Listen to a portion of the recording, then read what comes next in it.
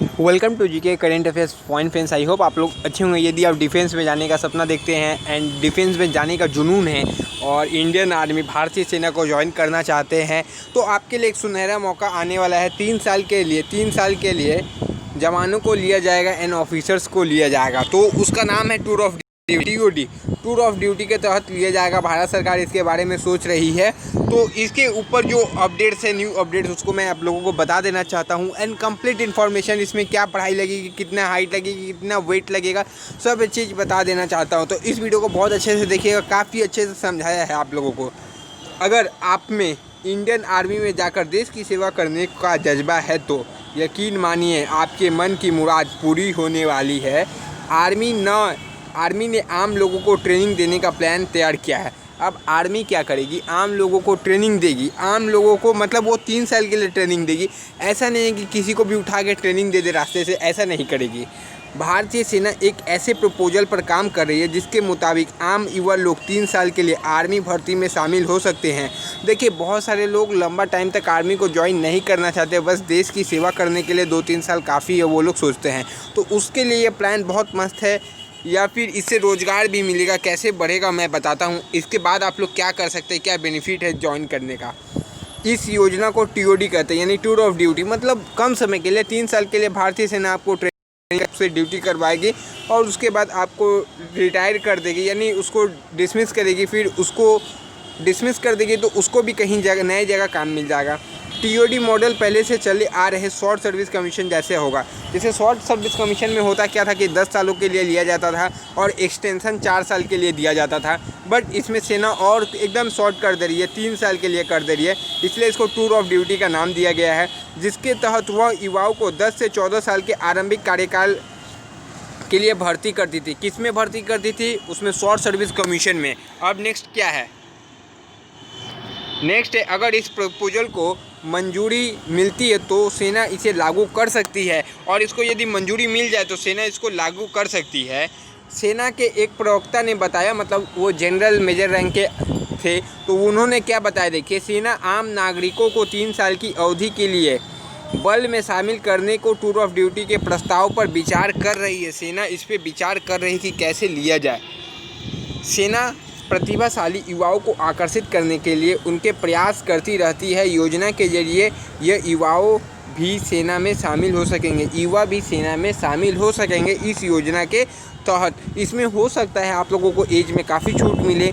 तो इसका देखिए बेनिफिट सेना को भी है, आपको भी है बेनिफिट। यह देखिए, भारत का एक परिवर्तन हो रहा है, सेना में एक परिवर्तन होने जा रहा है जो काफ़ी इम्पोर्टेंट है हमारे देश के हिसाब से। एक बात मैं बताना चाहता हूँ, जैसे कि आप पाकिस्तान देखते हैं, चाइना देखते हैं, जो हमारे पड़ोसी राइवल देश है, वो लोग वहाँ सेना में जबरन भर्ती करवाते हैं। चाइना जबरन भर्ती करवाती है और उससे काम निकलवाती है। बट हमारी भारतीय सेना में जाने के लिए यहाँ के युवाओं में इतने ज़्यादा मनोबल हाई है कि उनको जाने के लिए 1 साल 2 साल से प्रैक्टिस करते हैं बंदे। समझिए, एक भर्ती होती है, कितने सारे लड़के पहुँच जाते हैं। और चाइना में ज़बरदस्ती भर्ती कराई जाती है। सिलेक्शन का तरीका अभी जैसा रहेगा, जैसे सिलेक्शन का तरीका वैसा ही रहेगा। जैसे आप सोल्जर जीडी के लिए जाते हैं तो आपको पता है 1.6 किलोमीटर की रनिंग होगी। टाइम वही 5:30 से 6 के अंदर ही टाइम दिया जाएगा। क्योंकि देखिए, सेना कोई भी फिजिकल के साथ कॉम्प्रोमाइज़ नहीं करेगी। सेना कॉम्प्रोमाइज़ नहीं करने वाली है फिजिकल के साथ। सेना आपका फिजिकल एबिलिटी वैसा ही चाहिए जैसे कि नॉर्मल रेगुलर आर्मी का रहता है।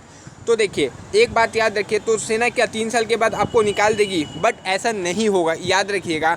जो बंदे उसके बाद रेगुलर में रहना चाहेंगे, जिसका फिजिकल एबिलिटी अच्छा रहेगा, जिसका सेंस ऑफ ह्यूमर अच्छा रहेगा, जो बाकी सब चीज़ों में अच्छा रहेगा, सेना उसको 3 साल से आगे रेगुलर भी कर सकती है। इसके ऊपर भी प्रस्ताव चल रहा था। खुद मैं उनका इंटरव्यू सुन रहा था, इसलिए मैंने आपको ये वीडियो बताया है। तो उसको एक्सटेंड करेगी। जिसका फिजिकल अच्छा रहेगा, मेडिकल अच्छा रहेगा, उस 3 साल के बाद हो सकता है उसको फिर एक बार फिजिकल देना पड़े, मेडिकल देना पड़े। तो ये यदि समर्थ रहेगा तो उसको रेगुलर में कर दिया जाएगा। देखिए, इसमें क्या बोला है, भारतीय सेना प्रवक्ता अमन आनंद भारतीय सेना के जो प्रवक्ता है, अगर प्रस्ताव को मंजूरी मिलती है तो यह सिस्टम पूरी तरह स्वैच्छिक होगा। इनमें सिलेक्शन प्रक्रिया के नियमों को कम नहीं किया जाएगा। मतलब सेम मैंने जो बता दिया, रनिंग होगी 5.5 मिनट के अंदर, जो रनिंग होती है वो रनिंग होगी। जो आपका सेम पूरा सेम रहेगा। जो हाइट रहती है, जो क्वालिफ़िकेशंस रहते हैं, इसमें कोई भी अभी कटौती की कोई संभावना नहीं है। ऐसा नहीं है कि जो पढ़ा लिखा नहीं है उसको भी आर्मी ले ले, ऐसा नहीं करेगी। थोड़ा आर्मी के लिए बेसिक पढ़ाई आपको जाननी चाहिए। यानी शॉर्ट सर्विस कमीशन के लिए जिस तरह से लिखित परीक्षा व इंटरव्यू लिए जाते हैं, इसके लिए भी इसी तरह की भर्ती प्रक्रिया होगी। तो जैसे यदि ऑफिसर लेवल में जाएंगे, ऑफिसर वाले में, तो उसमें आपको एसएसबी इंटरव्यू देना ही होगा। सेना कोई चीज़ में कॉम्प्रोमाइज़ नहीं करेगी, तो उसमें आपको इंटरव्यू देना होगा। जैसे जीडी के लिए भी जाएंगे तो आपको रिटन एग्ज़ाम क्वालिफाई करना ही होगा, विदाउट रिटन नहीं होगा। और वैसे आपको एसएसबी इंटरव्यू भी देना होगा। यदि आप एक इस पे जाएंगे, क्या नाम है, ऑफिसर्स में, एक अधिकारी ने बताया कि सेना शुरुआती में ट्रायल बेसिस पर अफसोस और सैन्य रैंक के अधिकारियों और जवानों की सीमित वैकेंसी निकाल सकती है। इसमें मिलिट्री ट्रेनिंग के बाद एक इंटर्नशिप अनिवार्य होगी। देखिए सेना क्या करेगी, सेना एक जो निकालेगी, भर्ती निकालेगी, बट वो लार्ज नंबर ऑफ नहीं निकालेगी। सेना पहले उसको ट्रायल करेगी। जैसे 1000 को लिया जाएगा, 1000 सैनिक को लिया जाएगा, जिसमें 100 रहेंगे, 100 जो रहेंगे सोल्जर्स रहेंगे और 900 जो रहेंगे उसमें ऑफिसर्स रहेंगे इस टीओडी के तहत। उसके बाद सेना इस पे देखेगी कि क्या हो रहा है, इनका ये जो नया जो लाए हैं इसको काम करने में कैसी तकलीफ़ हो रही है, क्या दिक्कत हो रहा है, उसके ऊपर विचार किया जाएगा। फिर new vacancy large number of में उसके बाद निकाली जाएगी। एक सैन्य अधिकारी ने कहा है कि यह प्रस्ताव सशस्त्र बलों में परमानेंट कमीशन के कॉन्सेप्ट से अलग है। 3 वर्षों के लिए इंटर्नशिप की अवधारणा है। इसके जरिए आम युवाओं को मिलिट्री लाइफ का अस्थायी अनुभव दिया जाएगा। मतलब देखिए, एक आप यदि 3 साल सेना में ड्यूटी करते हैं तो आपका जो लाइफ है, जो डिसिप्लिन है, एक बहुत अच्छा तरीके से बन जाता है। 3 साल के बाद भी आप कोई प्राइवेट कॉर्पोरेट जगत में कोई भी काम आपको दिया जाएगा, वो आपके देखिए वो आपको दे दिया जाएगा। कॉर्पोरेट जगत में होता क्या है कि डिसिप्लिन बहुत इंपॉर्टेंट है। डिसिप्लिन है आपका, फिजिकल मेडिकल अच्छा रहेगा ही तो कॉर्पोरेट जगत में आपको बाद में भी काम मिलेगा। इससे सेना को क्या फ़ायदा है, ये देखिए, सेना कुछ ना कुछ फ़ायदा होगी तभी नहीं ये कर रही है। बताया जा रहा है कि इस टूर ऑफ ड्यूटी मॉडल से न सिर्फ सेना में युवाओं की संख्या बढ़ेगी, बल्कि सेना के पैसों की बचत होगी, उससे ग्रेजुटी और पेंशन नहीं देनी होगी। बात यह है कि 3 साल का यदि आपको सेना लेती है तो सेना आपको कोई पेंशन नहीं देगी। यही सबसे बड़ा सेना का फ़ायदा है। 3 साल में आपको सेना कोई पैसा नहीं देगी पेंशन के रूप में। हो सकता है 3 साल के बाद कुछ रकम आपको दे दिया जाए, बट पेंशन नहीं दिया जाएगा। सबसे बड़ा फ़ायदा सेना का यहीं पर ही है। आगे देखिए, शॉर्ट सर्विस कमीशन के जरिए सेना में भर्ती हुए अफसरों को रिलीज करने तक प्री कमीशन ट्रेनिंग, वेतन और अन्य खर्च के तौर पर 10 साल में 5.12 करोड़ व 14 वर्ष के लिए 6.83 करोड़ खर्च करने पड़ते हैं।